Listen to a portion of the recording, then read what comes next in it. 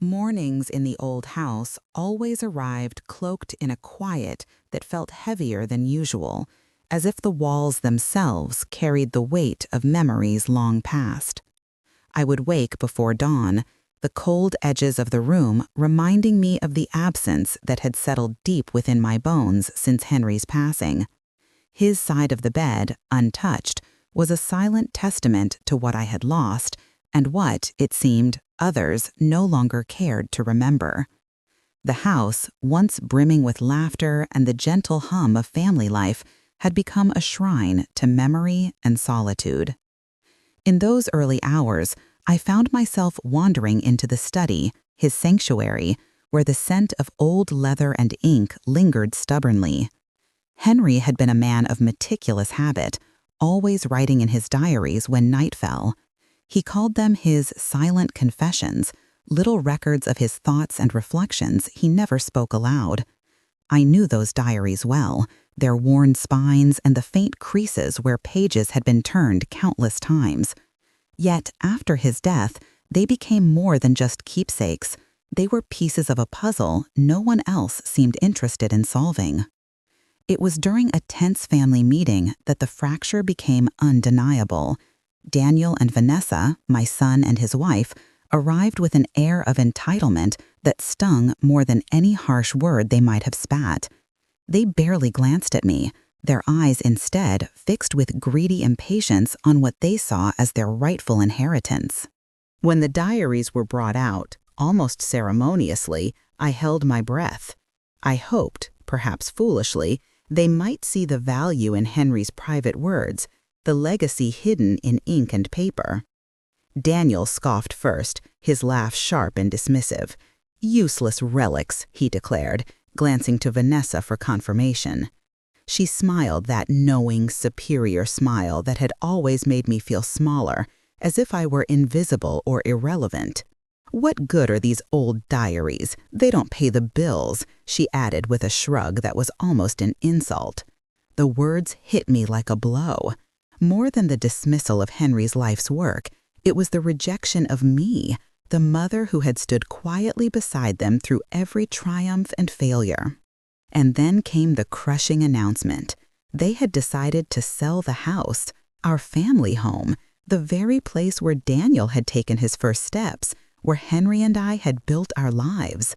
They planned to liquidate every asset tied to the estate, leaving me out of the equation, a mere observer to the dismantling of my history.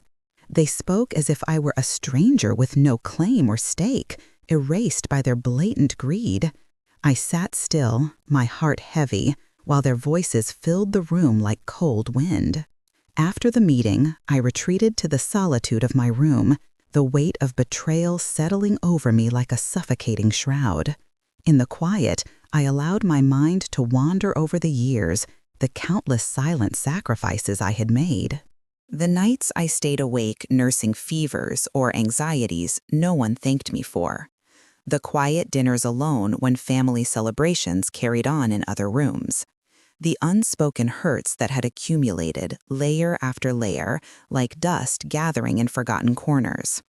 My gaze fell on the pile of diaries, which had been tossed roughly onto the floor during the argument. Their pages fluttered slightly, echoing the careless scattering of my world that day. As my eyes drifted over the mess, a crumpled page caught my attention, a faint crease poking from beneath a heavier volume. Something about it seemed different. It was the final page of one diary, bent and partially torn, almost as if it had been discarded in haste or frustration. Curiosity pulled me closer. With gentle fingers, I smoothed the paper and began to read. Symbols and letters, arranged in a way that defied the usual handwriting I knew so well. It was a cipher, a code of some kind, its meaning unclear but undeniably deliberate. My pulse quickened, not with hope, but with a cold, growing certainty.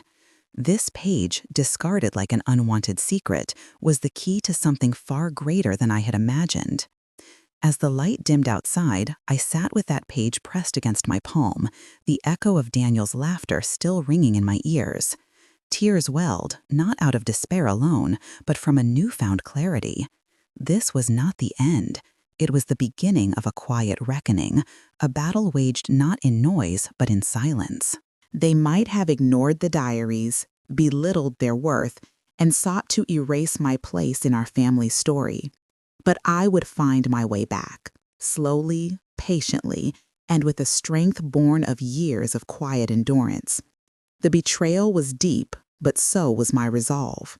Silence, I realized, was the only weapon I had left, and it would be enough. In the stillness of that evening, as shadows grew long and the house settled into silence, I sat with the folded cipher in my hands, feeling the weight of everything that had passed and everything yet to come.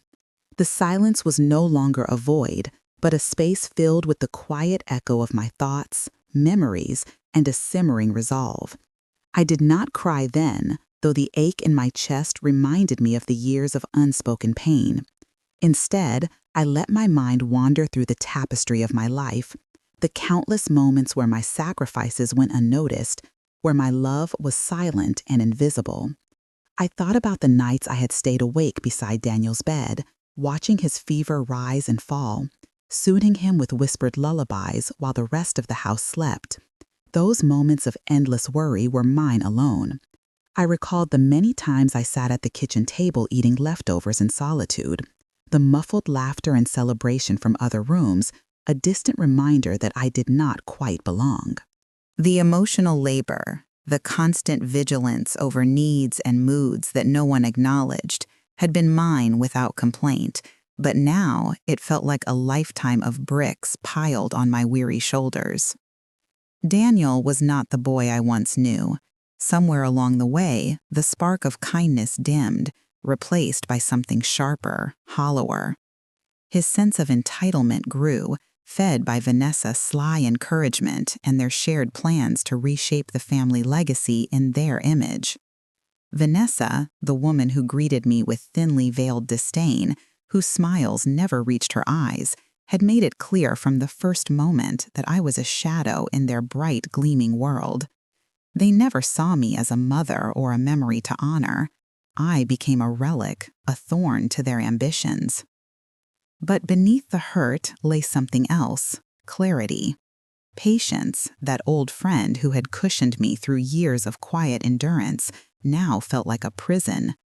I realized I had mistook endurance for acceptance. The diaries, once just dusty pages of Henry's secrets, had transformed into symbols of hope and justice. Henry's final page, discarded so carelessly, was a challenge wrapped in mystery, a beacon left for me to find. I traced my fingers over the coded letters again, recalling Henry's love for puzzles and his habit of hiding truths in shadows and riddles. How he had wanted to protect us all, in his own way, even from the truths buried in his own life. That cipher was his voice when all else failed, a bridge from the past to my uncertain future. Deciphering it would not only unravel secrets, but also reclaim what was stolen from me. My mind wandered through memories I had avoided, Daniel's first flashes of greed, Vanessa's dismissive sneers, the times I swallowed my pride rather than confront them. These recollections stung, but they were also lessons. Years of silent observation had made me wise and cautious. I had witnessed their plotting from the sidelines, their careless contempt for me. Yet I had always chosen silence over confrontation, hoping to preserve a fragile peace. Now silence was no longer submission, it was a weapon. My quiet mourning had shaped a resolve as patient as it was fierce. The betrayal ran deep, but so did my strength. The diaries were no longer just relics, they held the keys to justice and to reclaiming my dignity. I understood that my fight would be subtle and measured, a battle waged behind closed doors with nothing but strategy and steadiness. Night faded to dawn as I worked on decoding the cipher. The strange symbols began to form patterns in my mind, letters, numbers, keys to hidden places and forgotten accounts. Hours slipped by, and though I was tired, I felt alive with a purpose I had never known before. The pain of invisibility, The sting of betrayal and the burden of silence stirred into a quiet but unmistakable power within me. There were moments during those long nights when tears blurred the inked symbols on the paper, tears not of surrender but of rising clarity. I whispered into the solitude that had once felt like a prison but was now my refuge. I would not be erased. I would reclaim my place, my legacy, not with anger or loud defiance, but with measured patience and undeniable strength. The path ahead was uncertain, but the first step was clear. I would wield silence as my shield and my sword. As the sun rose, touching the edges of the sky with soft light, I closed the diary gently, revering the secret knowledge it contained. No one else had seen the true value of these pages. Daniel and Vanessa laughed at my quietness, but they had no idea that a silent war had begun, and I was ready. This was my solemn vow. I would reclaim what was rightfully mine, with quiet force, with the patience of years, and with the strength forged in tears and endurance. The battle would not be loud, but it would be decisive. And when the time came, silence would speak louder than any shout ever could. The first step was to reach out to Grace, an old friend whose wisdom and discretion I trusted beyond anyone else's. She was a retired lawyer, sharp as ever, and had always been the quiet voice of reason in the chaos of my family's unfolding dramas. I hesitated at first. How could I admit that I needed help to dismantle a battle being fought so close to home? But Grace's presence was a comfort, and I knew that facing Daniel and Vanessa alone would be like stepping into a storm without armor. I picked up the phone with a tentative hand and dialed the familiar number, feeling the weight of years in my chest. Grace answered with her usual warmth, her voice steady and knowing. I didn't offer many details over the line, only that I had discovered something significant in Henry's diaries, something Daniel and Vanessa had drastically underestimated, and that I needed her help to navigate what lay ahead. We arranged to meet at her small office, a place where time seemed to pause, where bookshelves sagged under the weight of law and justice, and where secrets could be kept safe. Sitting across from her, I spread the diaries and the crumpled cipher page on the polished wooden desk. She listened intently as I described the rejection, the betrayal, and most importantly, the cipher that Henry had left behind. She didn't dismiss my fears or doubts as Daniel and Vanessa had. Instead, she leaned forward, eyes sharp with interest. The first move was to identify the legal vulnerabilities in Daniel and Vanessa's claim to the estate. Grace outlined the complexities of inheritance law, especially where wills were unclear or contested and where undisclosed assets could tip the scales. She explained that while Daniel and Vanessa believed they held full control over the estate, Henry's careful planning might have secured protections I wasn't yet aware of. Our strategy hinged on the diaries. The cipher was more than just a code. It was a map leading to a hidden safe deposit box set up years ago under Henry's name. Grace speculated that Daniel and Vanessa had never suspected its existence because it wasn't mentioned in the will or discussed during the estate proceedings. This was the key to not just financial power, but to asserting control over the inheritance and, by extension, reclaiming my rightful place. Over several sessions, Grace and I compiled evidence of Daniel and Vanessa's reckless and selfish tendencies. We gathered bank statements, email exchanges, and records of their plans to sell the house. Grace's network of contacts helped uncover suspicious transactions, hinting at efforts to devalue the estate's assets before liquidating. Each piece of paper was a blow to their credibility and a bolster to my case. Meanwhile, I continued decoding the cipher piece by piece, using techniques Henry had taught me in passing: patterns in letters, hints in dates, a shifting alphabet, methods he knew I could grasp. Slowly, the combination to the safe deposit box began to emerge from the tangled script. The late nights spent piecing it together were exhausting, but nothing compared to the swelling hope that accompanied each small breakthrough. Each day, I watched Daniel and Vanessa from a distance, their movements growing more brazen and careless as they pushed ahead with their plans. They were so sure of their winning position that they left gaps open in their facade, cracks I was patiently exploiting. The house they sought to sell was no longer just bricks and mortar in my eyes. It was the symbol of a family legacy they wanted to erase, but also the battlefield where I would fight silently. With Grace's guidance, I drafted the legal documents necessary to solidify my standing in the inheritance. A quiet but powerful claim rooted in the undisclosed assets and the proof of Daniel and Vanessa's mismanagement. I arranged for a discreet legal freeze on the sale of the house, a move that would shock them when it came to light, but would be well-timed and protected under strict confidentiality. The process was painstaking and slow. I moved deliberately, leaving no traces to raise suspicion.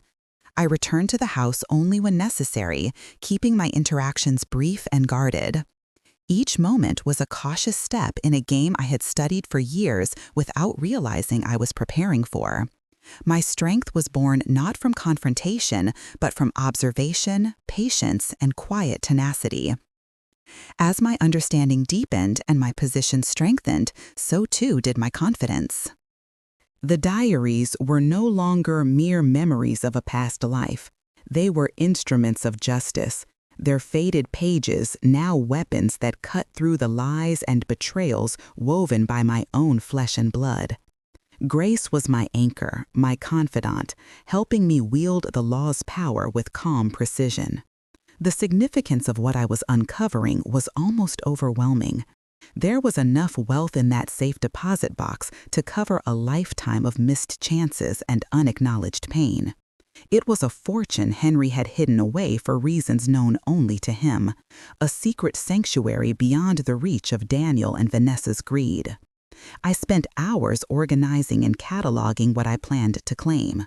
Sentimental heirlooms intertwined with financial documents, each item a thread in the tapestry of my family's true legacy.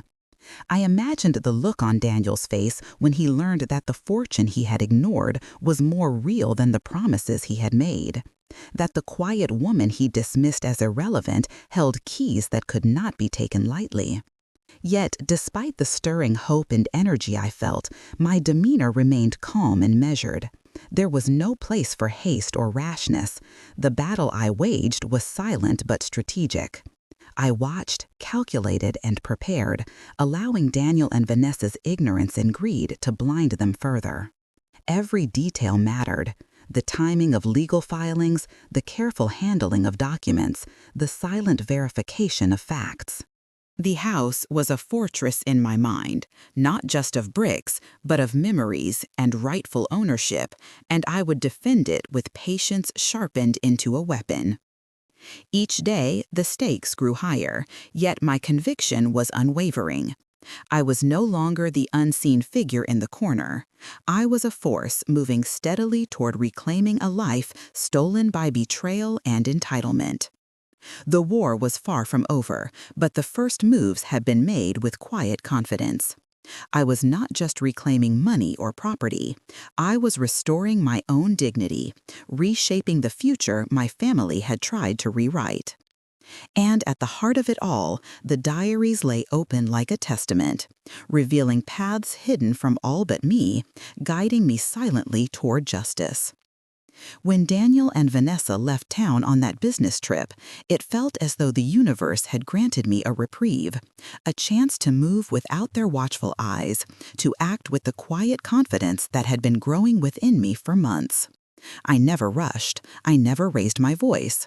I moved slowly, deliberately, with the precision of someone reclaiming something that had been wrongfully taken, step by step.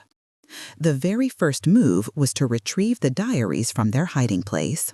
They had been stashed away in the very room I once called home, secreted behind loose panels in a closet no one ever bothered to examine thoroughly.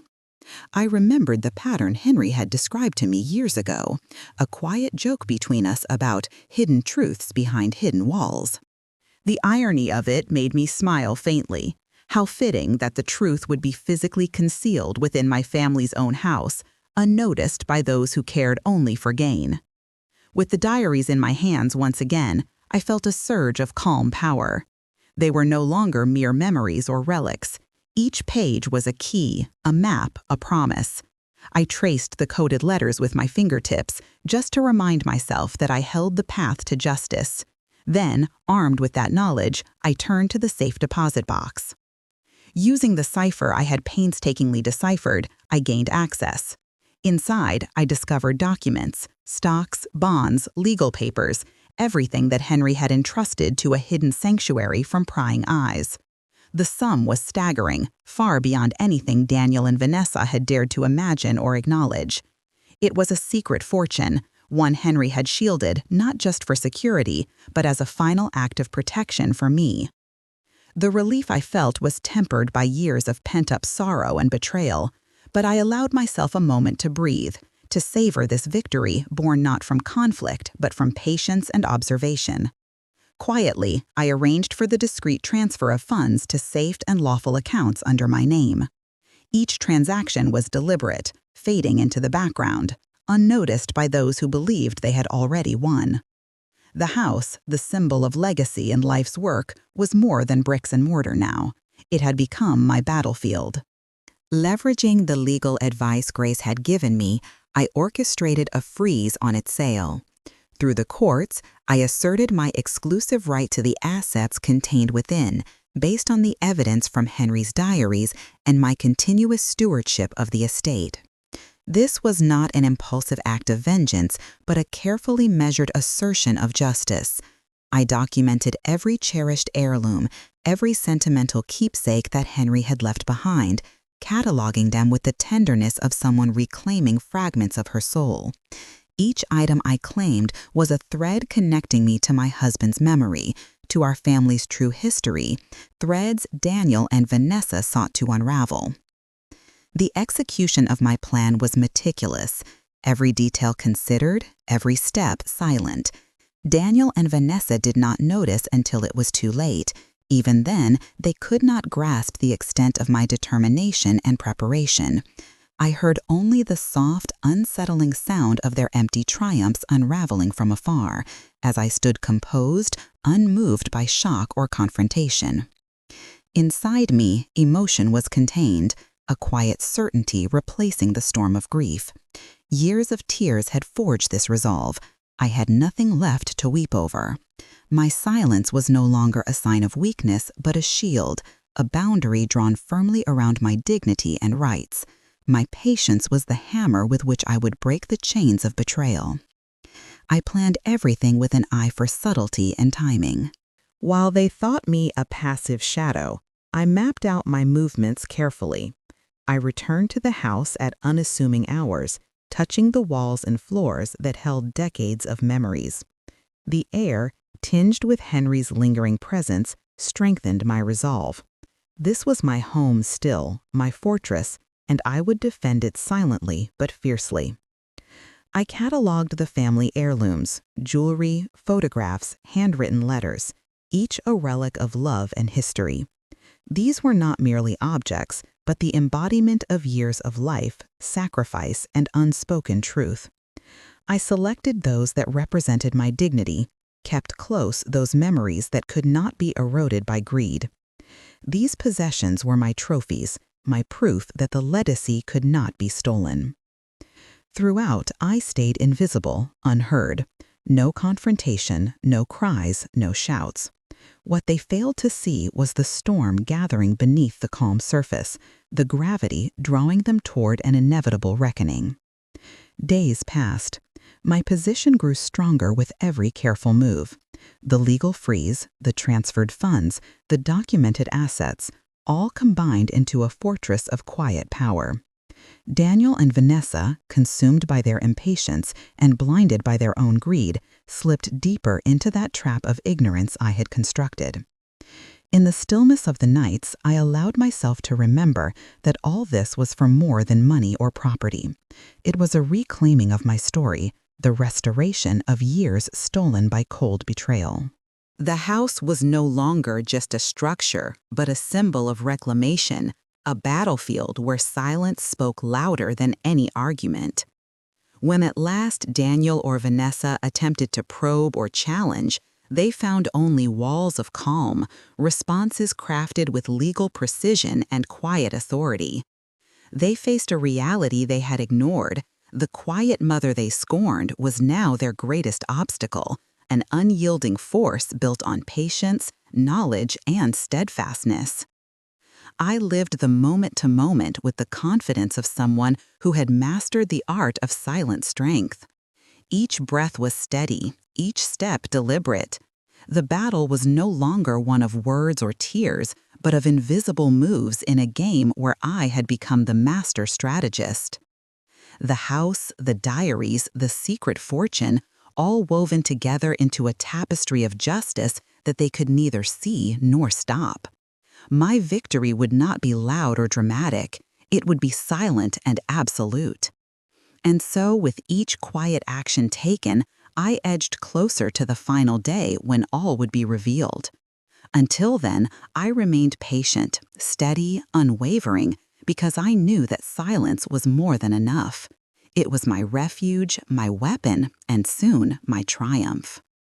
In those evenings when the house grew still and shadows lengthened, I allowed myself moments of reflection and sorrow. The path had been long and solitary.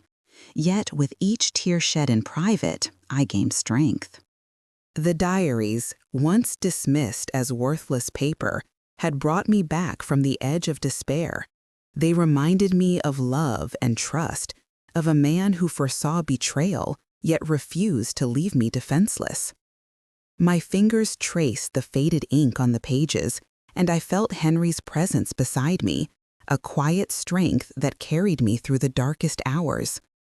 The knowledge that I had fought, not with noise but with silence and patience, filled me with a fierce pride. I was no longer broken or invisible. I was a woman who had reclaimed her life, piece by piece, with nothing but the quiet power of endurance and strategy. And in that silence, I knew I had found my victory. When Daniel and Vanessa returned from their trip, the confidence they wore like armor was unmistakable. They believed themselves victorious, convinced that I was a fading shadow, erased from any rightful place in the family's legacy.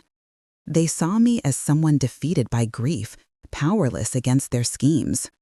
But what they failed to see was the quiet strength I had nurtured through years of silent observation and careful planning, the resilience born of patience and betrayal.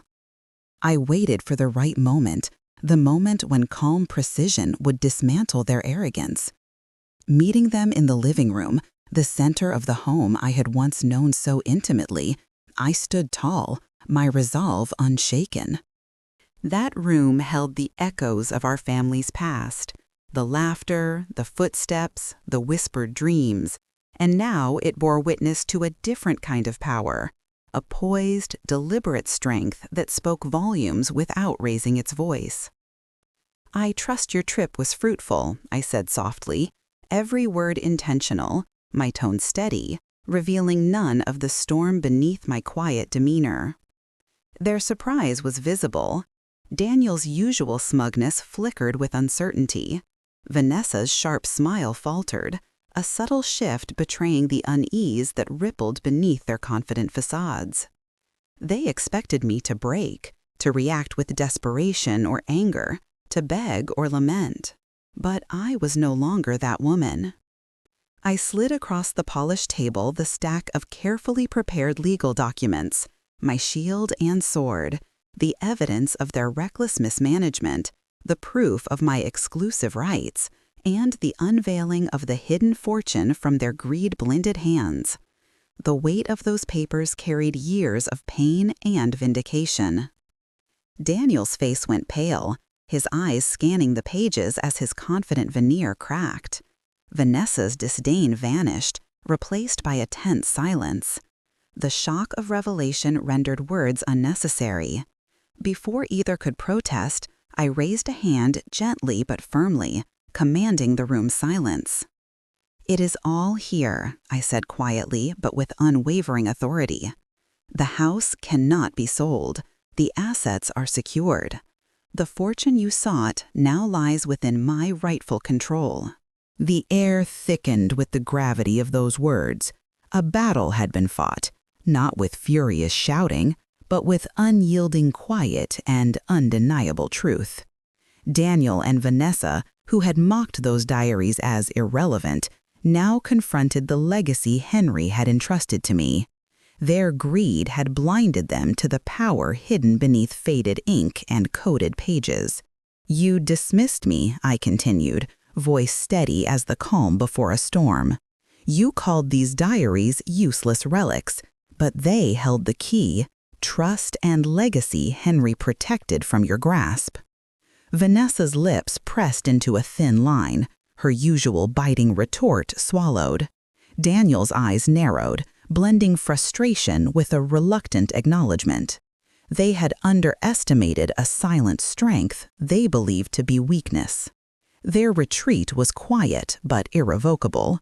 The house, the fortune, the rightful inheritance, all beyond their reach, safeguarded through years of patient endurance and strategy. I spoke no more. The victory was not a spectacle, but a solemn justice delivered in silence, a lesson carved into their consciousness without a single shout. In the following days, I walked through the house with a quiet reverence. Every creaking floorboard, every faded photograph, every carefully preserved heirloom was a testament that nothing but time and care could erase. This was not just a house, but a repository of memories and resilience. The weight lifted from my chest was immense. Not purely financial, but emotional. The reclamation of my dignity and identity. Years spent in shadow had melted into a newfound light. In moments of stillness, I felt Henry beside me, his presence a hushed strength guiding my resolve. His final act was not merely protection, but empowerment, his silent message unfolding through the diaries I had once feared forgotten. I was no longer a woman invisible, a teardrop in solitude. I had become a force, a quiet but unbreakable presence who had reclaimed her life from betrayal. And in that profound silence, I discovered my victory, a triumph louder than any shout, deeper than any anger, and stronger than years of quiet suffering. Peace settled over me like a gentle cloak after years weighed down by betrayal and quiet suffering. The house, once a prison of memories twisted by greed and rejection, now stood as a symbol, not of loss, but of liberation. It was mine, reclaimed quietly, piece by piece, each brick echoing the patient strength that had turned silence into power. I moved away from the old life, choosing a modest apartment overlooking the city, a place filled with light and the promise of new beginnings. The walls were bare at first, but in their blankness I found space to breathe, to shed the shadows that had clung to me for so long. The city's steady pulse, distant and reassuring, whispered of life continuing beyond what had been broken. In this new space, I let myself feel the weight of what I had endured and overcome. It was not a burden I carried for them, but for myself. The years spent invisible, the sacrifices unnoticed, the tears swallowed in silence.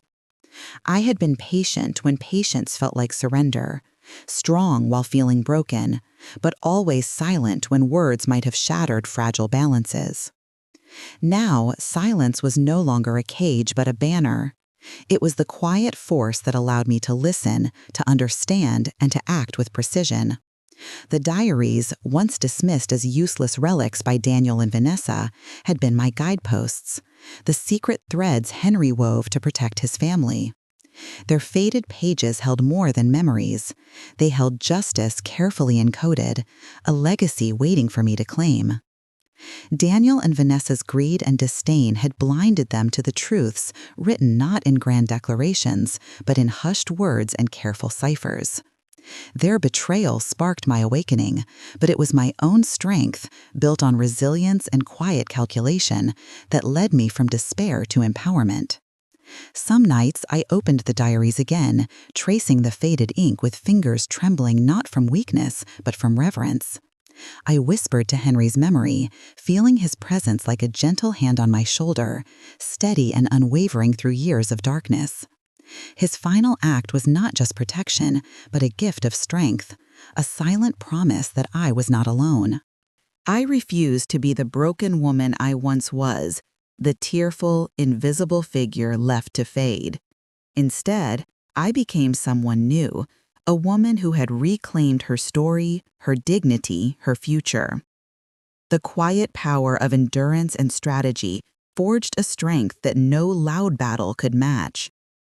Each day I stepped further into this newfound peace. I allowed myself simple joys, the warmth of morning sun on my face, the quiet comfort of a good book, conversations with friends who knew nothing of the past pains and saw only the woman I had become. Freedom was no longer a distant dream, but a lived reality, carefully nurtured by years of silent resilience. I understood now that victory was not a moment, but a path, one walked with patience, humility, and quiet pride. The journey had been long and solitary, marked by tears shed in hidden corners. But those tears were not signs of defeat. They were the salt that nourished the seed of my rebirth. Looking out at the city skyline from my apartment window, I felt a calm certainty. I had transformed silence from a burden into my greatest weapon.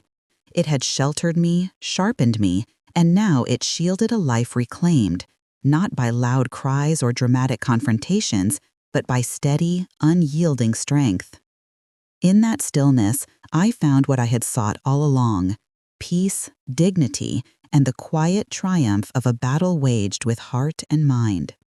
My husband's forgotten diaries had spoken louder than any shout, and through them I had found my voice, not in noise, but in the deep and lasting power of silence.